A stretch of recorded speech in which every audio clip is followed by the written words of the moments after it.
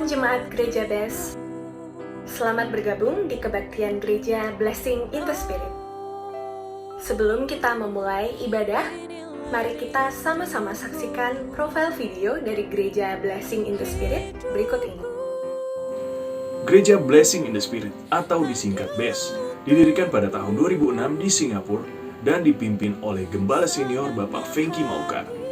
Gereja BES sendiri memiliki arti yaitu berkat kerohanian, dan hingga saat ini, Gereja BES sudah memiliki 59 cabang di beberapa negara, antara lain Indonesia, Singapura, China, Australia, Ghana, dan Amerika. Visi dari Gereja BES berawal dari suatu penglihatan yang diberikan Tuhan kepada Gembala Senior, yaitu banyak umat Tuhan yang membangun gereja dengan mewah dan megah, tetapi bagian dalamnya keropos, yang artinya banyak umat Tuhan yang membangun fisik gereja dan melakukan kewajiban agamawi, tetapi mental dan karakternya tidak mencerminkan karakter Kristus. Terlebih lagi, hatinya dilingkupi oleh kekhawatiran, keserakahan, dendam, benci, dan tidak bisa mengampuni.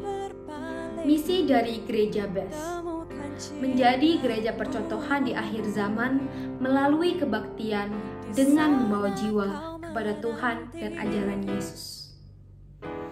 Program Gereja BES diantaranya ialah: yang pertama, misi. Kami mengunjungi lokasi-lokasi yang sulit dijangkau atau pedalaman Indonesia dengan memberikan bantuan, motivasi, dan cara pandang tentang hidup, menumbuhkan keberanian terhadap tantangan, serta mengajarkan ajaran Yesus tentang kebenaran dan keselamatan. Yang kedua, Ladies Devotion. Berasal dari kata lady yang berarti wanita dengan budi luhur, sedangkan devotion dari kata devotee yang berarti setia sampai mati. Ladies Devotion adalah program Gereja BES yang ditujukan untuk kaum wanita. Ketiga, Yes, Young People Evangelism Special Services adalah bagian regenerasi dari Gereja Blessing in the Spirit untuk menjalankan visi Tuhan bahwa akan ada ratusan anak muda menyerahkan diri untuk Tuhan dan melayani menjadi hamba Tuhan. Keempat, STT Adi Wacana. Gereja BES memiliki sekolah teologi sendiri yang dinamakan STT Adi Wacana. Terdapat beberapa program studi, yakni Sarjana 1 Teologi, Sarjana 1 Pendidikan Agama Kristen, dan Pendidikan Agama Kristen. Gereja BES mempunyai 5 pilar utama, diantaranya yang pertama, Back to Jesus Teaching, yang kedua, Mega Project Karakter Kristus, yang ketiga, Misi, yang keempat, Pemuritan dan Regenerasi, dan yang kelima adalah Diakonia. Mega Project Karakter Kristus merupakan salah satu ajaran dari Gereja BES, di mana melalui ajaran ini, gereja ingin membentuk mental, karakter, dan etika sehingga sesuai dengan karakter Kristus. Saat lagi kita akan mengikuti kebaktian dari Gereja BES. Mari kita siapkan hati dan pikiran kita untuk tetap kudus dalam hadirat Tuhan. Selamat beribadah, Tuhan Yesus memberkati.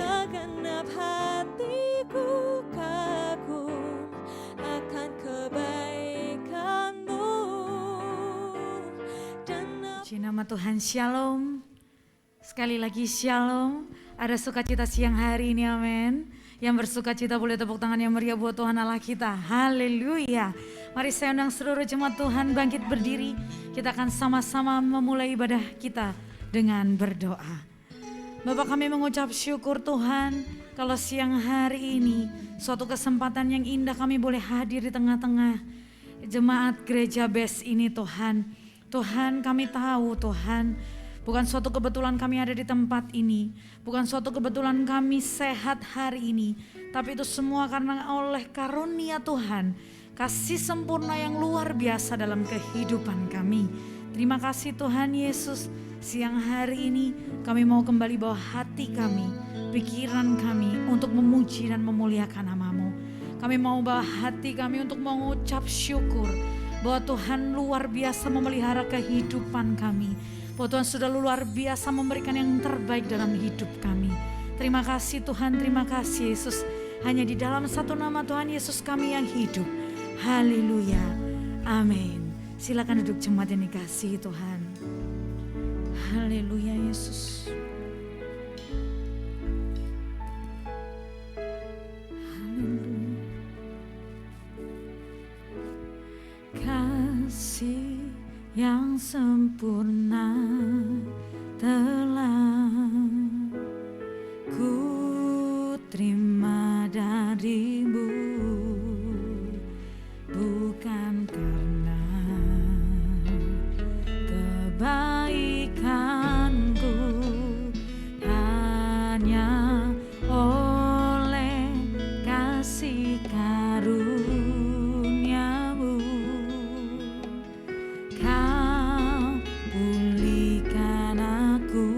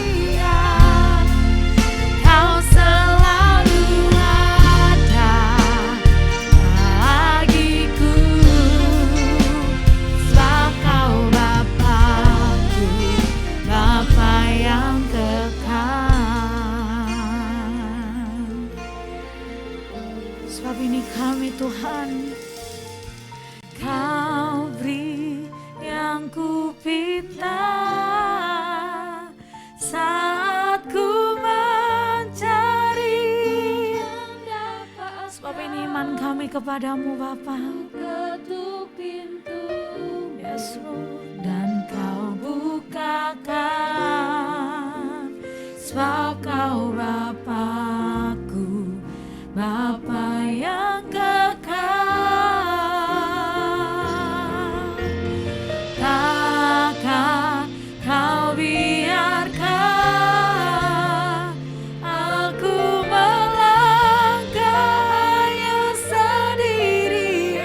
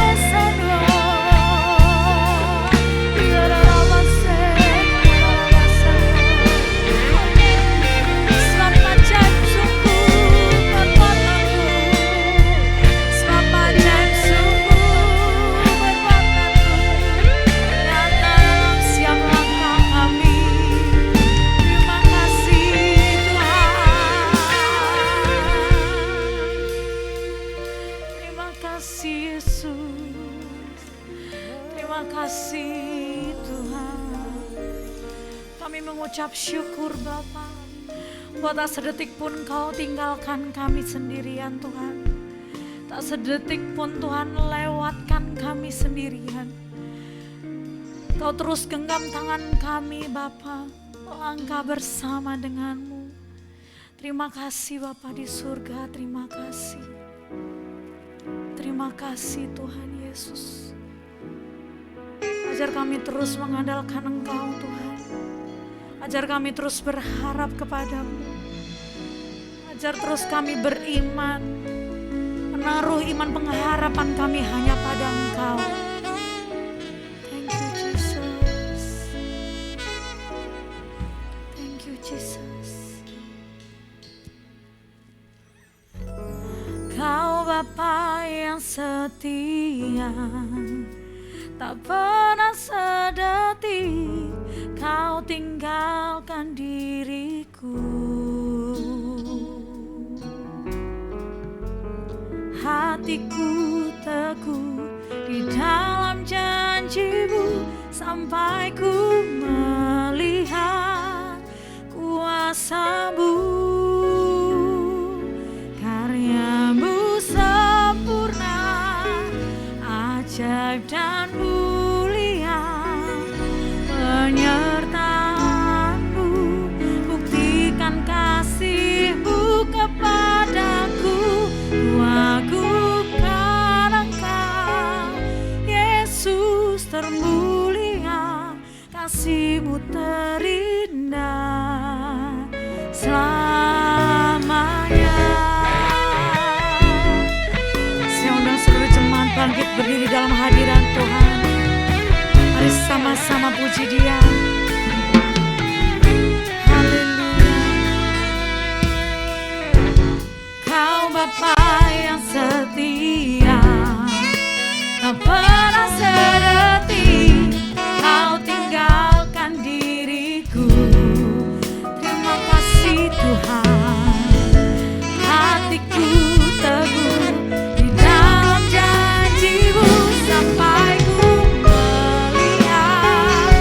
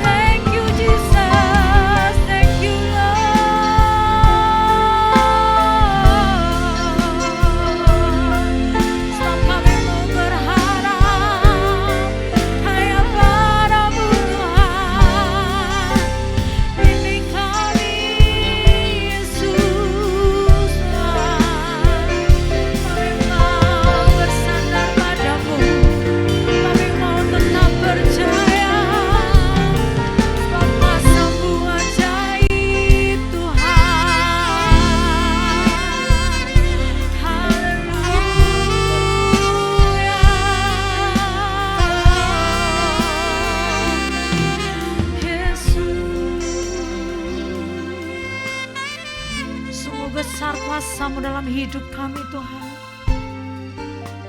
Kami mau terus percaya walau kami masih belum melihat. Kami mau terus percaya walau kami masih belum mengerti. Sebab kami punya Allah yang sungguh ajaib. Thank you Jesus. Sungguh besar Kau Tuhan. Sebab Kau besar, perbuatan-Mu ajaib, tiada seperti Engkau, tiada seperti Engkau. Sebab Kau besar, perbuatan-Mu ajaib, tiada seperti Engkau, tiada seperti Engkau. Sebab Kau besar, sungguh ajaib Yesus, tiada seperti-Mu Tuhan. Sebab Kau besar, perbuatan-Mu ajaib, tiada seperti Engkau, tiada seperti Engkau.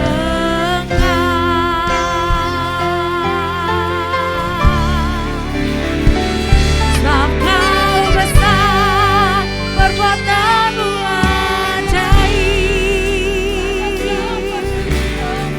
Haleluya. Sebab Kau besar, perbuatan-Mu ajaib, tiada seperti Engkau, tiada seperti Engkau. Sebab Kau besar, perbuatan-Mu ajaib. Thank you Jesus, tiada seperti Engkau.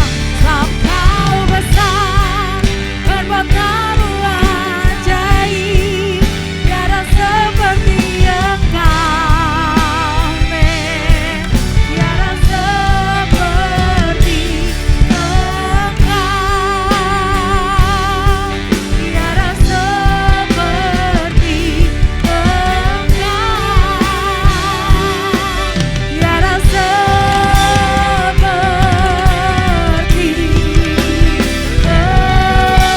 Engkau. Berikan tepuk tangan yang meriah buat Tuhan Allah kita. Haleluya. Haleluya. Haleluya. Glory Yesus. Sebab Kau besar dan mulia. Sebab Kau besar dan ajaib. Sebab Kau besar dan dahsyat. Allah kami yang hidup, Allah kami yang berkuasa. Haleluya. Oh, Jesus, Jesus. Shalom, puji Tuhan. Mari kita bangkit berdiri, kita berdoa. Bapa kami yang ada di dalam surga, yang kami kenal di dalam nama Tuhan Yesus, sungguh kami mengucap syukur, kami boleh belajar, kami boleh mendapatkan kesempatan untuk mendengar firman Tuhan. Terutama Tuhan, kami belajar hari ini dalam pengelompokan Injil Tuhan, di mana kami diajarkan tentang Tuhan dan mujizat-mujizatnya secara berurutan. Sehingga kami mengetahui secara kelompok demi kelompok bagaimana kelompok Tuhan melakukan mujizat dan kesembuhan dan pengusiran setan secara berurutan. Kami juga belajar di dalam kelompok bagaimana Tuhan mengajar tentang perumpamaan-perumpamaan. Kami belajar dalam satu kelompok yang lain, dalam pengelompokan lain, yaitu tentang ajaran Yesus.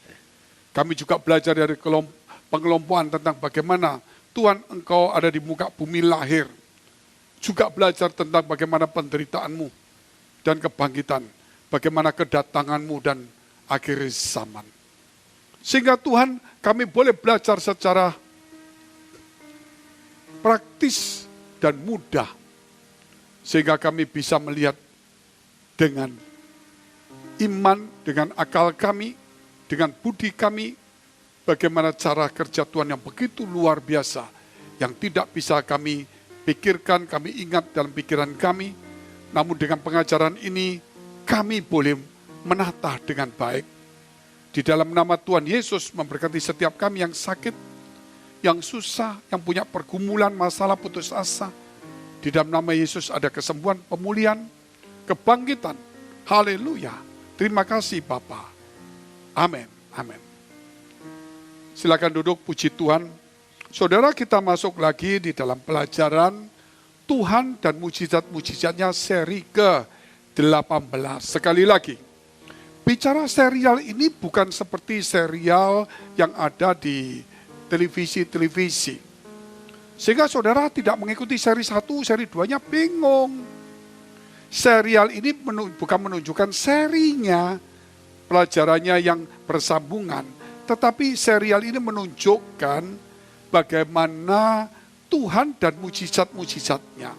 Dalam pengelompokan, kita belajar tentang Injil ini, kita kelompok-kelompokkan. Salah satu kelompok tentang kelahiran Yesus sampai dia besarnya. Satu kelompok lagi, bagaimana pengajaran Yesus dari awal secara berurutan sampai akhirnya. Pengelompokan lagi bagaimana penderitaan Yesus sampai mati dan bangkit. Pengelompokan lagi bagaimana Pentakosta dan kedatangan Yesus. Pengelompokan lagi bicara tentang perumpamaan-perumpamaan yang Yesus ajarkan. Pengelompokan lain lagi tentang apa yang Yesus nubuatkan semuanya. Dan sekarang di dalam pengelompokan tentang Tuhan dan mujizat-mujizatnya. Sehingga dalam perjalanan hari ke hari, tidak setiap saat, saudara. Hari ini Tuhan melakukan mujizat, besok dia mengajar, besok dia menubuatkan perumpamaan. Mungkin minggu depan dia melakukan mujizat lagi, kemudian 3 hari, kemudian kesembuhan. Jadi ini versi-versi yang berbeda, maksudnya kisah-kisahnya berbeda, sehingga makna pelajarannya berbeda. Namun kita sebut serial Tuhan dan mujizat-mujizatnya. Sehingga saudara tahu, oh kalau kita bicara tentang Tuhan, kita lihat apa pengajarannya. Kita lihat perumpamaannya, kita lihat nubuatannya, kita melihat kelahirannya yang ajaib, kita lihat kematiannya dan kebangkitannya yang luar biasa di dosa manusia. Kita lihat tentang Roh Kudus, pekerjaan Roh Kudus dan akhir zaman kedatangan Tuhan. Nah, kita mau belajar tentang apa saja, apa yang Yesus nubuatkan. Nah, kita ingat juga, ternyata Tuhan juga melakukan mujizat kesembuhan mengusir setan. Berapa banyak? Nah, kita nanti bisa tahu melalui pelajaran ini. Mungkinkah 30 lebih? Nah, kita akan lihat itu saudara. Tujuan ini bukan supaya saudara melihat mujizat nomor 1, berkat nomor 1, kesembuhan nomor 1. Kok beda dengan ajaran yang dulu diajarkan di BES? Bukan. Sama semuanya. Sehingga pelajaran ini saudara, supaya memudahkan, tapi saudara dengan pelajaran ini, bagi pemula, mungkin dia butuh mujizat, tapi dia tetap butuh Yesus, mengutamakan Yesus, karena dia tahu keselamatan. Tapi bagi yang lama, jangan cuma melihat mujizat itu.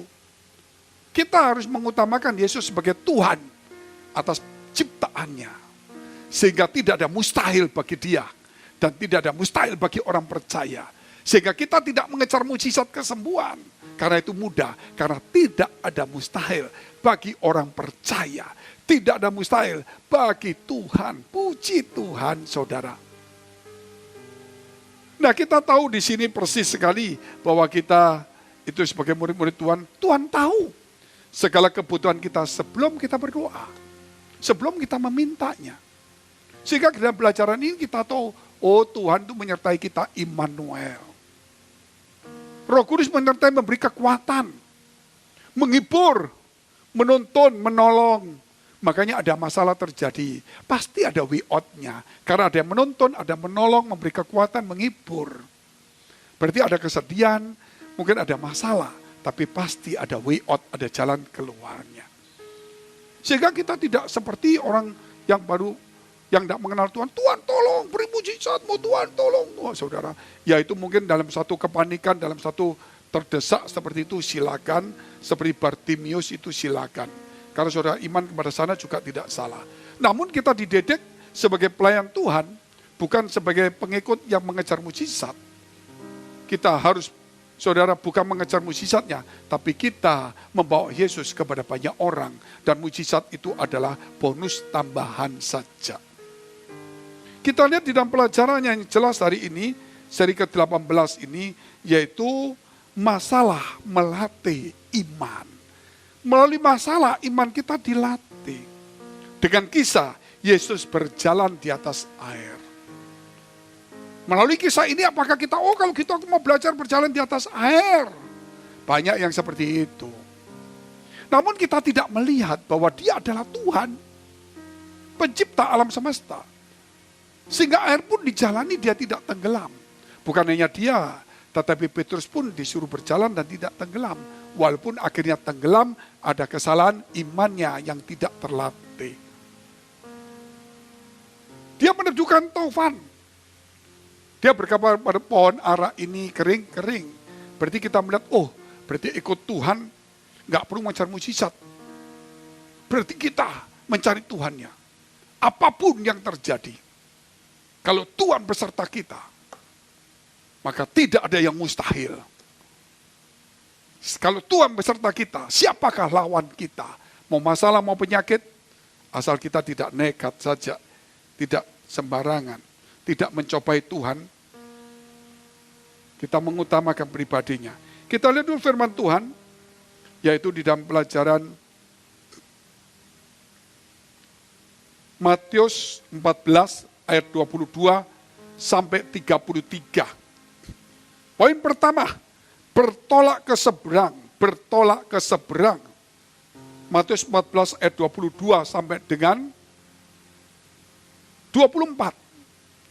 Sesudah itu Yesus segera memerintahkan murid-muridnya naik ke perahu dan mendahuluinya ke seberang. Sementara itu ia menyuruh orang banyak pulang.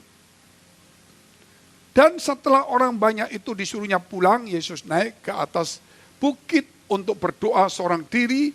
Ketika hari sudah malam, ia sendirian di situ. Perahu murid-muridnya sudah berapa mil jauhnya dari pantai dan diombang-ambingkan gelombang karena angin sakal. Nah, pelajaran kemarin dikatakan Yesus ketika bertolak ke seberang dengan murid-muridnya dengan perahunya, maka orang banyak mengikuti dan mendahului Yesus. Karena mereka mencari Yesus. Akhirnya Yesus berbelas kasihan dan kemudian suruh mereka berkelompok-kelompok dan kemudian memberkati 5 roti dan 2 ikan, kemudian dibagikan untuk 5.000 orang laki-laki dan sisanya masih 12 bakul, itu pun belum perempuan, belum anak-anak terhitung. Jadi bisa 12.000 lebih, sisa 12 bakul. Setelah mereka makan kenyang semua, setelah mendengar firman dapat mujizat, mereka disuruh pulang. Jadi Tuhan menyuruh mereka pulang setelah memberi makan. Kalau kita melihat ini bahwa Tuhan itu Tuhan yang baik. Dia memelihara kita, memberi makan melalui hujan, musim, tanaman. Sehingga waktu jadi manusia pun Yesus tetap 5.000 orang laki-laki, belum perempuan dan anak-anak, taruhlah 12.000 lebih. Ya seperti itu kurang lebih lah. Tetap dia bertanggung jawab memberinya. Walaupun tidak ada tanaman, tidak ada musim, namun dia Tuhan, dia bisa berbuat sesuatu. Setelah dikasih makan semuanya, disuruh pulang. Dan yang luar biasa setelah pulang, saudara, Yesus menyuruh murid-muridnya untuk pergi ke seberang. Supaya dia mendahului, supaya mereka ini mendahului Yesus. Dan itu perintah. Dan mereka taat. Di tengah perjalanan mereka dihembuskan gelombang angin sakal. Danau Galilea cukup luas. Di kiri kanannya ada gunung, bukit-bukit, saudara. Dan dia ada di permukaan, di bawah laut. Sehingga angin itu bisa kencang sekali. Dan kalau angin kencang, saudara melihat air di kolam saja bisa keluar, apalagi danau sebegitu besarnya. pasti juga bisa gelombangnya tinggi sekali. Karena kita bicara bukan angin biasa, angin sakal. Berarti itu sekali-kali. Apakah Tuhan tidak tahu? Dia telah memberikan makan. Apakah dia tidak tahu ada angin sakal? Dia tahu. Dia tahu. Tapi mengapa dia menyuruh murid-muridnya? Nah itulah. Murid-muridnya diajar, dilatih imannya. Sehingga dikatakan Tuhan suruh mereka. Artinya bertolak ke seberang itu pindahlah dari pengalaman satu ke pengalaman yang lain. Dari pelajaran satu ke pelajaran lain. Artinya ada peningkatan. Jangan menjadi statis, saudara. Bertolak sebelang berarti, saudara, kita akan punya pengalaman yang baru bersama Yesus. Dulu kita ikut Yesus karena kita tahu ada keselamatan, ada kebahagiaan. Kemudian kita ikut Yesus, ada mujizat kesembuhan, pengusiran setan. Kemudian kita ikut Yesus menjadi pelayan Tuhan yang tidak mencari kesembuhan tetapi melayani orang. Kemudian, nah itu namanya pengalaman demi pengalaman, karunia demi karunia. Bahkan Tuhan mengajarkan juga melalui Rasul Paulus di dalam 1 Korintus 13 ayat 13. Iman, pengharapan, dan kasih. Terbesar adalah kasih. Jadi pengalaman iman dinaikkan punya pengharapan. Kemudian dipunya kasih. Ini sebagai murid Tuhan. Jadi jangan cuma punya iman, tapi tidak meningkat. Jadi ikut Tuhan, saudara, dulu kita sebagai jemaat disuruh terima tamu. Setelah itu kita mungkin disuruh membantu mengatur bendahara. Kita dipercaya, akhirnya memang kita terpercaya. Akhirnya kita meningkat jadi singer. Mungkin kemudian jadi song leader, pembantu song leader. Kemudian kita menjadi pekerja, menjadi doa, ketua komsel. Mungkin kita menjadi bagian liturgi tentang perjamuan suci. Kemudian kita menjadi pengkhotbah. Kemudian kita menjadi gembala dan sebagainya. Mungkin juga sama, kita dulu dari TK menjadi SD, SMP, SMA, pengenalan kita akan Yesus meningkat. Belum menikah, sampai menikah, akhirnya beda juga. Belum menikah, kumpulannya seenaknya. Setelah menikah, saudara, beda. Rambutnya dikuncir, gendong anak. Dulu tidak bisa, make up, bawa tas, jalan keluar. Sekarang bawa kereta, saudara, nonton anak, kadang baju kotor sedikit nggak apa-apa karena muntahan anak. Jadi ada pengalaman-pengalaman yang berbeda. Ikut Yesus juga sama, saudara, kelas demi kelas kita harus lewati. Persoalan demi persoalan kita lewati. Sehingga ikut Yesus tidak bisa kita ngomong langit itu biru. Atau kita bicara laut itu teduh. Memang teduh itu selalu ada. Tetapi gelombang bukan selalu. Namun dia juga ada kerap kali dalam kehidupan kita. Hidup kita ikut Yesus selalu damai. Namun ada juga gelombang kecil untuk melatih kita. Supaya kita berharap dan waspada. Saya dulu mengikuti Yesus, saudara. Kenapa? Ya, banyak hal. Karena saya melihat pelajarannya, saya diajar untuk mendoakan orang tua, saudara. Sehingga itu saya terbawa. Waktu saya sekolah minggu, saya mendoakan. Setelah saya tidak ikut ke gereja. Karena sekolah saya negeri, sehingga saya agamanya bukan Kristen. Saya tetap kalau malam mendoakan seperti doa Kristen. Untuk apa? Untuk orang tua, anak. Untuk orang tua, ya keluarga saudara saya semuanya. Dan itu saudara kemudian saya dewasa, saya masuk gereja, beda lagi. Saya sudah mulai ikut, ya angkat-angkat kursi, ikut ya macam-macam lah. Jadi ada kelas-kelasnya. Dan kemudian setelah saya menikah, setelah pelayanan, masalah, persoalan, silih berganti datang, tetapi sampai hari ini Tuhan menyertainya. Walaupun kerap kali air mata, persoalan, rasa tidak mampu, tidak kuat, hampir putus asa. Namun di situ akhirnya kita bergumul setelah sekian waktu, kita sadar ada Roh Kudus yang menyertai. Akhirnya kita belajar, oh ada Tuhan, ada Roh Kudus. Aku punya kemampuan, punya kekuatan. Aku dihibur melalui ayat ini. Nah itulah, terus punya masalah lagi, kemudian ini, punya masalah lagi, ini. Saudara, Jangan takut dengan masalah itu. Selama kita bersama dengan Yesus, selama Tuhan menyertai kita dan berkata, bertolaklah ke seberang, artinya Tuhan izinkan hari ini engkau dan saya semuanya supaya mengalami pengalaman bersama dengan Tuhan, melewati persoalan, melewati masalah, melewati apa saja saudara. Bahkan hal yang enak pun, apakah kita ini waspada? Apakah kita ini terlena? Apakah kita tetap tanggung jawab? Sebagai prajurit Tuhan, pekerja Tuhan, jangan terlena. Walaupun kita diberkati, jangan putus asa ketika berperang, melawan masalah, persoalan, dan sebagainya. Kita harus semakin kuat. Oleh sebab itu, kenapa? Kita lihat poin kedua. Yesus perhatikan dan mendatangi. Yesus perhatikan, ada satu lagu.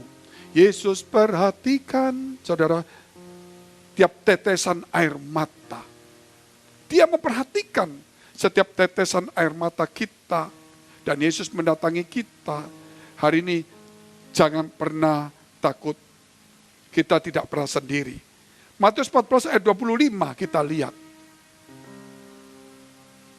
Kira-kira jam 3 malam datanglah Yesus kepada mereka berjalan di atas air. Apa yang terjadi? Ketika mereka disuruh, angin sakal itu membuat mereka terombang-ambing. Tuhan tuh melihat dari jauh. Dan kemudian Yesus itu memperhatikan. Bukan memperhatikan, Tuhan mendatangi mereka. Oleh karena itu kalau saudara lihat kisah lain, maksudnya di dalam Injil Markus dengan kisah yang sama. Markus 6 ayat 45 dan 48. Sesudah itu Yesus segera memerintahkan murid-muridnya naik ke perahu dan berangkatlah lebih dahulu ke seberang, ke Betsaida. Sementara itu ia menyuruh orang banyak pulang. Setelah ia terpisah dari mereka, ia pergi ke bukit untuk berdoa. Ketika hari sudah malam, perahu itu sudah di tengah danau. Sedang Yesus tinggal sendirian di darat. Ketika ia melihat betapa payahnya. Ketika ia melihat betapa payahnya mereka mendayung. Karena angin sakal. Maka kira-kira jam 3 malam. Ia datang kepada mereka berjalan di atas air. Dan ia hendak melewati mereka. Saudara lihat ini firman-Nya mengatakan. Yesus memperhatikan dari jauh. Karena kalau Danau Galilea itu di bawah ada bukit-bukit sekelilingnya. Yesus berdoa di bukit itu dan dia melihat dari jauh ada angin kencang. Karena pohon-pohon itu goyang, Tuhan melihat, waduh susah sekali, susah sekali. Jadi ikut Yesus bukan berarti angin teduh. Sekali-sekali ada angin sakal. Jadi kita harus siap. Tetapi gak usah takut. Karena Yesus memperhatikan. Walaupun kelihatannya kita disuruh sendiri, tapi Yesus memperhatikan. Bukan yang memperhatikan. Kemudian dia berjalan mendatangi mereka. Dikatakan mendatangi mereka seolah-olah hendak melewatinya. Berarti hati Yesus ada kepada mereka. Namun Tuhan ingin melihat reaksi kita. Ketika ada masalah, sepertinya Tuhan ingin melewati kita. Tuhan ingin melihat reaksi, apakah kita mau mencari Tuhan, mencari orang lain, menggerutu, kecewa, atau tetap tegar kepada Tuhan. Saudara kasih Tuhan, kalau melihat ayat ini, percayalah, mata Tuhan itu tidak pernah terlelap, Tuhan tidak pernah tidur. Matanya selalu mengawasi kepada setiap orang. Apa yang dilakukan orang itu Tuhan melihat. Bahkan bukan apa yang dilakukan saja, apa yang ada di dalam hati kita. Oleh karena itu, saudara, apakah kita percaya kepada Tuhan? Ataukah kita menjadikan Tuhan itu bukan saja satu kepercayaan, tapi satu kehidupan? Oleh sebab itu Tuhan menyebut dirinya, akulah jalan kebenaran dan hidup. Dan hidup. Dan dia juga disebut Immanuel. Artinya dia beserta kita. Sehingga kekristenan itu bukan satu pola kepercayaan. Dengan pengorbanan, dengan liturgi atau saudara dengan cara-cara pujian doa sehebat mungkin. Seperti kalau kita lihat bagaimana ketika Elia bertempur dengan ratusan Nabi Baal, mereka menoreh-norehkan tubuhnya dengan pedang keluar darah, memanggil dewa-dewanya dengan cara macam liturgi, macam-macam, goyang-goyang, menari dan sebagainya, berteriak. Akhirnya dewa nggak datang. Tetapi Elia lain. Dia datang, saudara. Kemudian dia siram aja tempat korban itu. Setelah dia selesai, dia berkata, Tuhan, kirimkan api. Api pun datang. Arti dari sini, saudara, jangan menjadikan Tuhan satu kepercayaan. Dengan metode yang tadi saya katakan, sepertinya para nabi Baal itu dengan menoreh, dengan menyeksa, dengan bergaya, dengan menari, dan memuji, menyembah, dan sebagainya. Tetapi perlu pergaulan hidup dengan Tuhan. Perlu menjadikan Tuhan bukan satu kepercayaan, tetapi saudara sebagai kehidupan yang nyata dalam hidup kita, yang menyertai kita. Kenapa? Karena Tuhan punya belas kasihan. Dan dia mendatangin. Dia ingin melihat respon kita. Artinya dalam Tuhan ada kehidupan yang nyata. Bukan satu kepercayaan kalau kita datang, kita minta. Dan kemudian cocok, Tuhan tolong. Tapi Tuhan kita bukan seperti itu. Itu pun mungkin ada untuk orang-orang tertentu. Namun untuk semua orang, sebelum kita minta, dia mendatangi, ini aku, apa yang mau. Dia datang kepada Bartimeus, dia datang kepada Salomo. Mintalah apa yang kamu ingin. Luar biasa, saudara. Tuhan. Jadi, mari kita melihat Tuhan tuh jangan dengan satu sisi, yaitu kepercayaan. Mungkin saudara ingin melihatnya dari satu sisi rohani, boleh. Tetapi cobalah lihat Tuhan dari sisi kehidupan. Apakah kita bisa hidup tanpa Tuhan? Mungkin orang lain berkata, bisa Pak, saya nyembah dewa. Tapi saudara lihat, apa yang dia lakukan untuk dewanya, apa yang dia lakukan untuk yang dia percaya, tidak membawa hasil. Walaupun dia berkorban. Tapi apa yang kita lakukan Tuhan, walaupun kita tidak mengorbankan diri kita seperti para nabi Baal itu. Namun karena Tuhan itu hidup menyertai kita. Dan ketika kita jalan di jalan Tuhan, maka api pun dari surga turun. Luar biasa. Membakar air yang ada di situ, korban yang dibasahi sampai hangus. Nunjukkan apapun yang manusia mau mereka-rekanya. Kalau Tuhan menjadikan baik, tidak ada yang mustahil. Walaupun masalah kita ditompok-tompok sepertinya seperti itu. Dan tidak mungkin lagi ada pertolongan, tidak mungkin ada mujizat. Tapi kalau Tuhan menyambar, semuanya terjadi. Mungkin manusia menghalang-halangi kita, menipu kita, meracuni kita dan sebagainya. Namun kalau Tuhan bertindak, tidak ada satupun yang bisa menahannya. Oleh karena itu saudara dikasih Tuhan, belajarlah melihat Yesus memperhatikan saudara dan saya ketika kita tidur, ketika kita makan, kita pergi, ketika kita bekerja, melayani. Yakinlah, kita ketika sendiri, ketika kita berdoa, dia ada. Sehingga dia berkata, masuklah dalam kamarmu, kuncilah pintumu dan berdoalah. Karena Tuhan akan melihat yang tersembunyi. Berarti dia memperhatikan walaupun orang tidak melihat. Kita harus kuat. Walaupun kita sebenarnya sendiri, namun ada Tuhan menyertai kita. Itulah kekristenan. Kalau saudara tidak dapat seperti ini, saudara cuma melihat mujizat-mujizat itu bonus.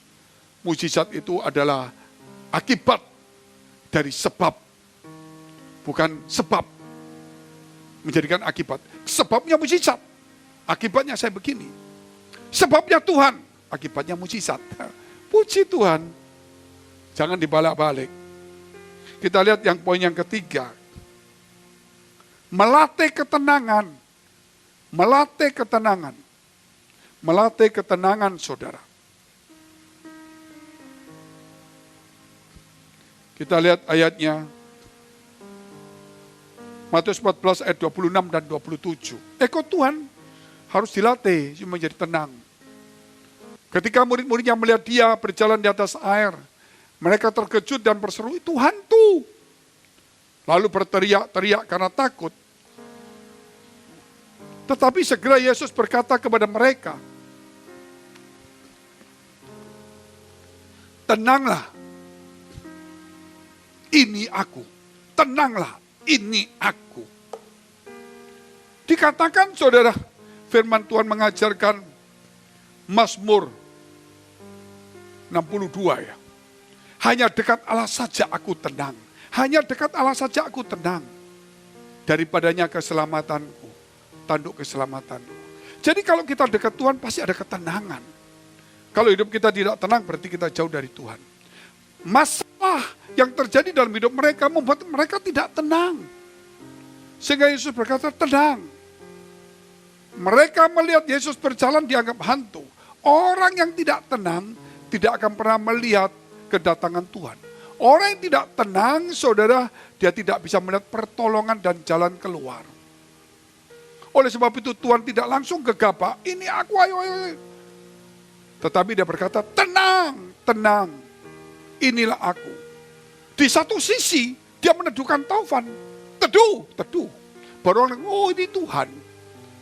Tapi sebelum itu terjadi, Tuhan meneduhkan dulu di hati mereka.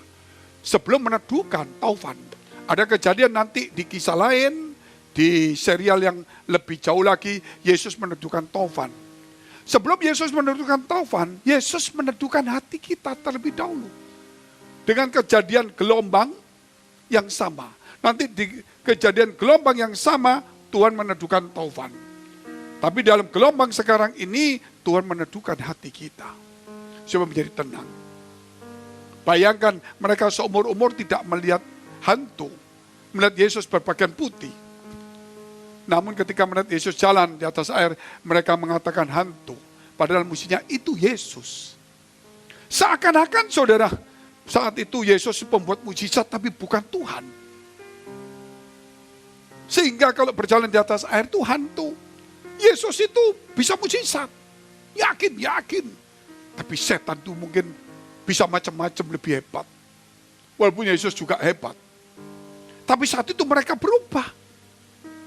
Ternyata Yesus sebagai tubuh manusia pun bukan sebagai tubuh roh. Kalau tubuh roh berjalan di atas air mudah. Setan berjalan di atas air mudah. Tetapi tubuh manusia, Yesus berjalan di atas air.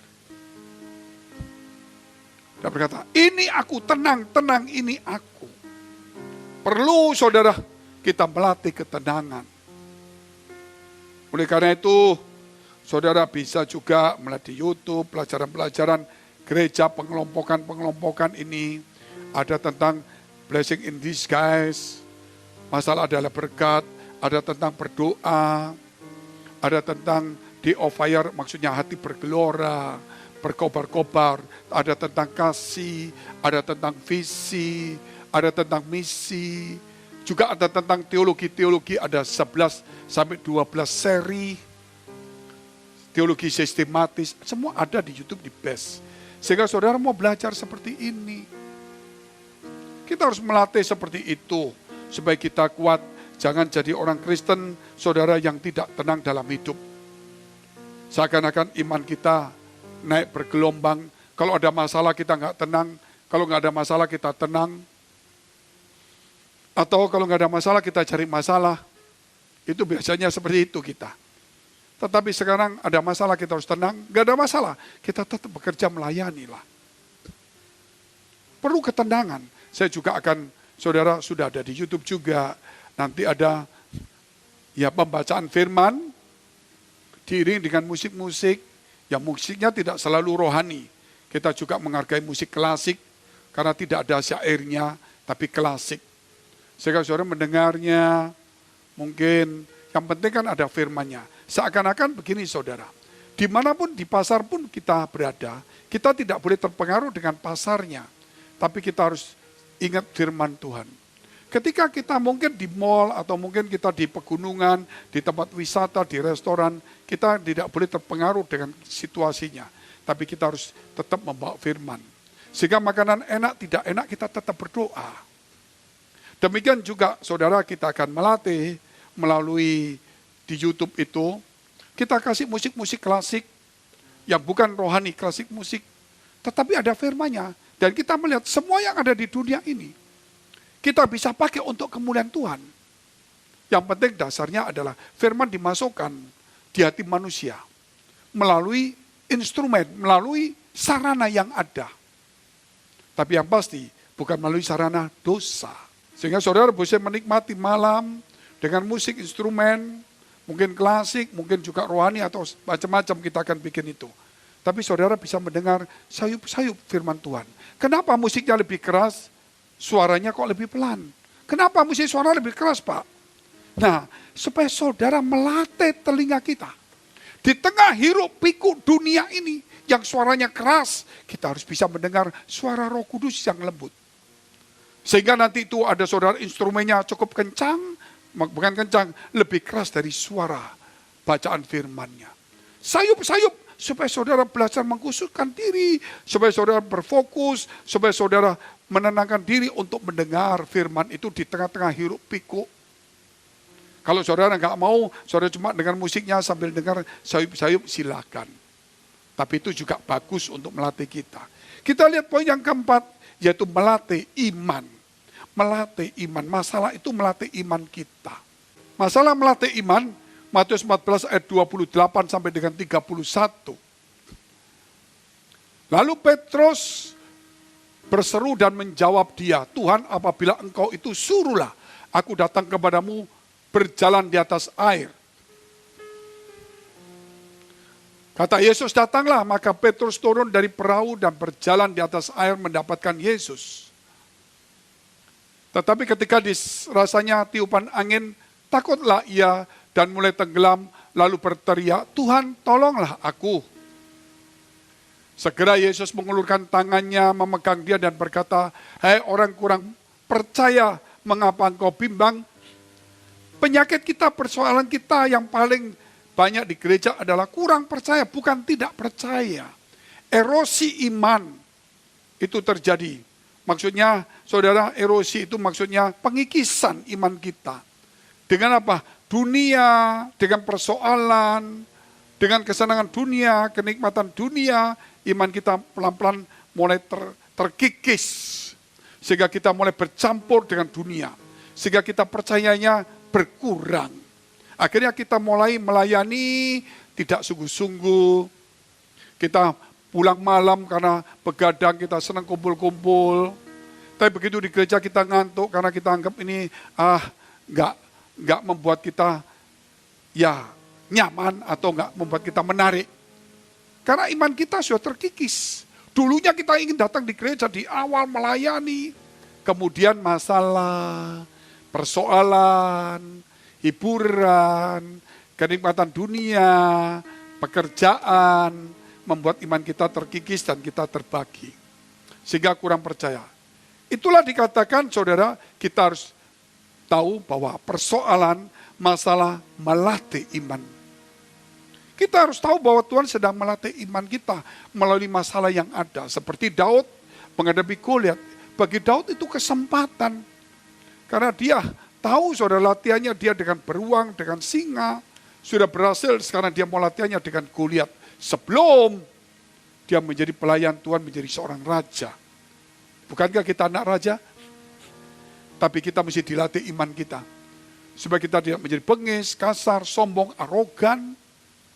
Tapi kita mencerminkan bijak, hati yang mulia. Itulah kita perlu bicara tentang kemuliaan. Karena tahun ini kita temanya yaitu Reign of Glory.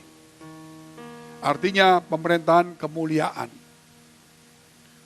Supaya apa yang kita lakukan, kita harus tahu, kita harus punya hati yang mulia untuk kemuliaan nama Tuhan.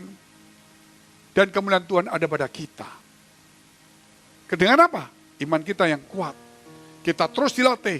Di gereja kita dimarahi, kurang disiplin didisiplinkan, pagi disuruh doa pagi, suruh bersihkan, suruh rapikan, suruh melayani sungguh-sungguh, wajah yang terang, saudara, semangat yang tinggi, ramah, saudara.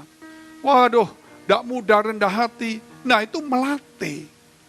Supaya saudara, imanmu yang keluar bukan ego kita. Manusia rohanimu yang disertai iman yang kuat, membuat kau rendah hati, mengabdi, ramah. Bukan egomu sebagai seorang yang berhasil, orang kaya, terdidik, yang harus jaga wibawa, tidak. Melatih iman. Dikatakan, Tuhan berkata, ini aku. Kata Petrus, kalau engkau Tuhan, suruh aku jalan di atas air. Karena setan tidak bisa seperti itu. Setan penipu. Walaupun ada black magic, tapi orang itu sudah mengikatkan nyawanya kepada setan. Sehingga black magicnya ada karena dia telah menggadaikan nyawanya kepada setan. Sehingga setan yang mengambil alih. Tetapi kalau kita lain, Tuhan telah menebus dosa kita. Dia yang menggadaikan hidupnya, saudara, untuk kita. Dan disitulah kemudian Yesus katakan, berjalanlah. Maka Petrus pun keluar dari perahu, dia melatih iman, Tuhan sedang melatih iman juga. Dan iman ini sedang dilatih. Antara hantu, masalah, gelombang, antara Tuhan, antara berkata, jalanlah, perintah ketaatan.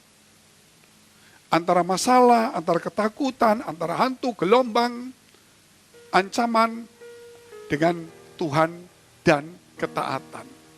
Dia memilih Tuhan dan ketaatan. Di tengah bahaya, bukan bahayanya hilang, tetapi dia berjalan di atas bahaya itu. Dia melihat Tuhan dan melatih imannya, ketaatannya. Biasanya dengan bahaya kita langsung ikutin bahayanya, kita sembunyi. Tetapi ini lain. Berjalanlah dia keluar dan berjalan.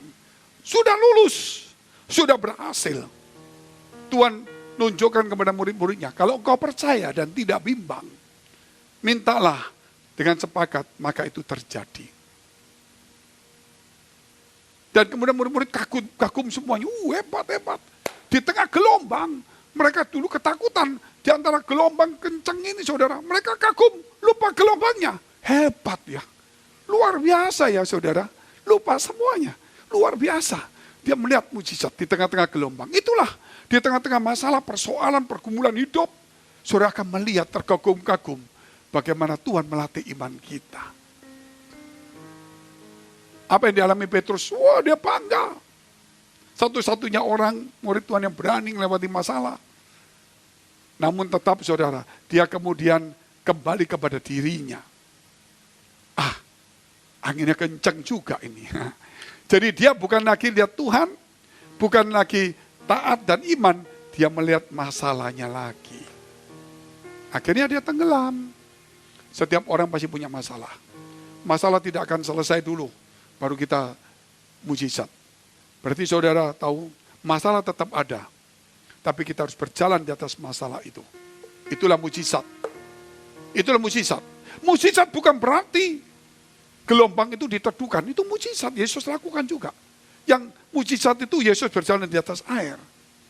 Yang mujizat itu saudara lihat itu, Yesus meneduhkan taufan.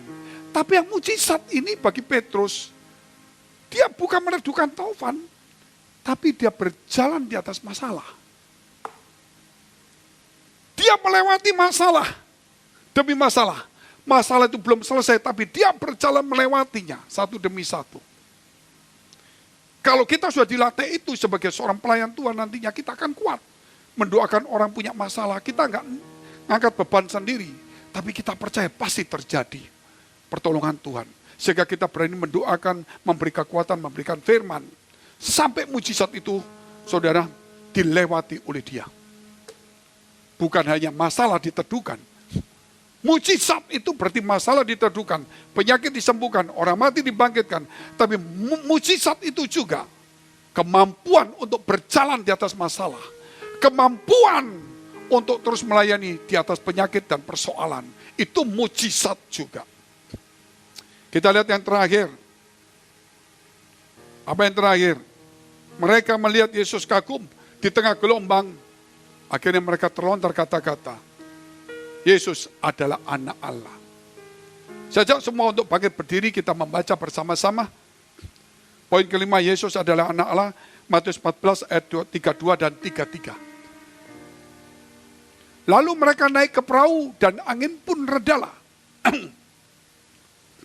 Dan orang-orang yang ada di perahu menyembah Yesus. Katanya, sesungguhnya engkau anak Allah. Disinilah poinnya, bukan mujizat itu yang mereka cari. Akhirnya mereka menemukan Yesus adalah anak Allah. Lain dengan kita. Ketika ada mujizat, kita lihat mujizatnya terus. Tuhan, aku belajar mujizat ya. Pak Pendeta mau belajar doa bagaimana supaya berjalan di atas air. Pak Pendeta ada doa enggak supaya kaya mendadak? Pak Pendeta ada doa enggak supaya sembuh? Tapi saudara, kita lupa. Kita menempatkan Tuhan dan kita menyembahnya sebagai pencipta yang semuanya itu. Apa yang terjadi? Redalah angin itu. Redalah. Jadi angin tidak reda sebelum Tuhan masuk di dalam perahu hidupnya. Angin tidak reda, namun tetap ada mujizat. Setelah mujizat itu terjadi, baru mujizat yang biasanya kita pikirkan, redalah itu terjadi. Jadi saudara lihat, mujizat itu masalah boleh diselesaikan, penyakit disembuhkan, dan semuanya. Tetapi itu bisa juga terakhir, tapi kita harus mengalami mujizat, yaitu kita mampu berjalan, kita mampu melayani, kita tampil prima di tengah persoalan dan penyakit. Dan kita mengalahkan penyakit, walaupun penyakit itu ada, kita mengalahkannya melalui apa? Keteguhan dan kepercayaan kita. Tetap on fire. Kita tunduk kepala, kita berdoa. Terima kasih Tuhan Yesus, terima kasih memberkati setiap kami. Menyucikan hati pikiran kami semuanya. Supaya kami datang menyembah Tuhan, bukan menyembah mujizatnya. Kami tahu mujizat itu melatih iman kami, melatih ketenangan kami, membuat kami Tuhan, supaya belajar dari pengalaman ke pengalaman, supaya kami melihat Engkau adalah Tuhan, anak Allah yang hidup, supaya kami tahu mujizat itu bukan berarti persoalan selesai, tetapi mujizat itu kami berjalan di atas persoalan, sampai persoalan itu selesai, itu juga mujizat. Memberkati umat-Mu. Mari kita berdoa syafaat untuk semua gereja yang ada di seluruh dunia. Kami berdoa untuk semua gereja yang ada di seluruh dunia. Dari hamba Tuhan sampai kepada umat Tuhan. Kiranya Tuhan Kau memberkati mereka, supaya mereka menjadi berkat dan hidup mereka berdampak. Supaya di mana gereja mereka melayani dan berjemaat, dipenuhi orang-orang yang takut akan Tuhan dan tulus hatinya. Kami berdoa untuk semua gereja yang ada di seluruh dunia. Supaya mereka bersatu rukun dan tidak terpecah-pecah. Supaya dunia percaya Yesus adalah Tuhan bagi kemuliaan Allah Bapa di surga. Demikian gereja di mana kami menggembalakannya. Gereja Blessing in the Spirit. Kami berdoa Tuhan untuk setiap persembahan yang dipersembahkan umat-Mu. Kiranya menjadi dupa yang harum di hadapan Tuhan. Engkau memberkati segala pekerjaan rumah tangga, kesehatan mereka. Iman rohani mereka. Sampai kepada anak cucu mereka. Kebajikan, kemurahan selalu menyertai mereka. Mari dekapkan kedua tangan-Mu di dadamu. Untuk menerima berkat itu mudah, namun menjaga hati itu sukar. Kalau Tuhan memberkati kita, pasti menerimanya. Karena itu mudah. Itu mudah. Karena tidak ada mustahil bagi orang percaya dan bagi Tuhan. Kerap kali hati kita yang tidak tahan uji. Menjadi sibuk, menjadi kikir, menjadi lupa, dan sebagainya. Sebab itu firman Tuhan berkata, jagalah hatimu dengan penuh segala kewaspadaan. Karena dari situlah terpancar kehidupan. Jadilah berkat dan terimalah berkat rahmat anugerah dari Allah Bapa di surga. Di dalam putra tunggalnya Yesus Kristus yang sudah mati untuk dosa-dosa kita. Dan bangkit pada hari ketiga sehingga kita punya Tuhan Allah yang hidup. Dan iman kita bukan kepada Tuhan yang mati. Dan Dia naik surga menyediakan rumah bagi kita. Sehingga kita punya pengharapan yang pasti. Dan Dia akan datang kedua kali menjemput gereja dan umatnya yang berjaga-jaga, kudus, dewasa, dan bijaksana. Serta menghakimi dunia. Di dalam persekutuan dengan Roh Kudus membuat hati kita berkobar-kobar. Roh kita menyala-nyala. Sehingga kita senantiasa di dalam kasih semula kepada Tuhan. Roh Kudus menghibur, menguatkan, memelihara, menginsafkan. Menuntun, memimpin kita kepada kebenaran dan kekudusan. Membuat kita menjadi saksi Kristus. Mulai hari ini sampai selama-lamanya. Mari kita berdoa sebagaimana yang Yesus ajarkan. Bapa kami yang ada di surga, dikuduskanlah nama-Mu, datanglah kerajaan-Mu, jadilah kehendak-Mu di bumi seperti di surga. Berikanlah kami pada hari ini, makanan kami yang secukupnya, Dan ampunilah kami akan kesalahan kami, seperti kami juga telah mengampuni orang yang bersalah pada kami. Dan janganlah membawa kami ke dalam pencobaan, tetapi lepaskanlah kami daripada yang jahat, karena Engkau yang punya kerajaan, dan kuasa dan kemuliaan, sampai selama-lamanya. Amin. Silakan duduk, Tuhan Yesus memberkati. God bless.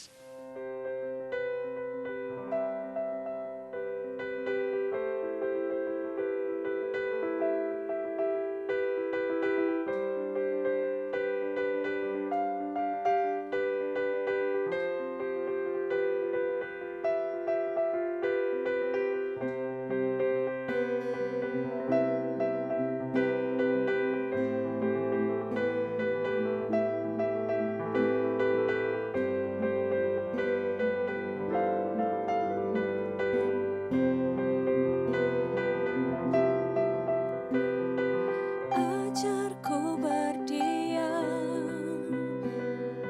dekat di hatimu,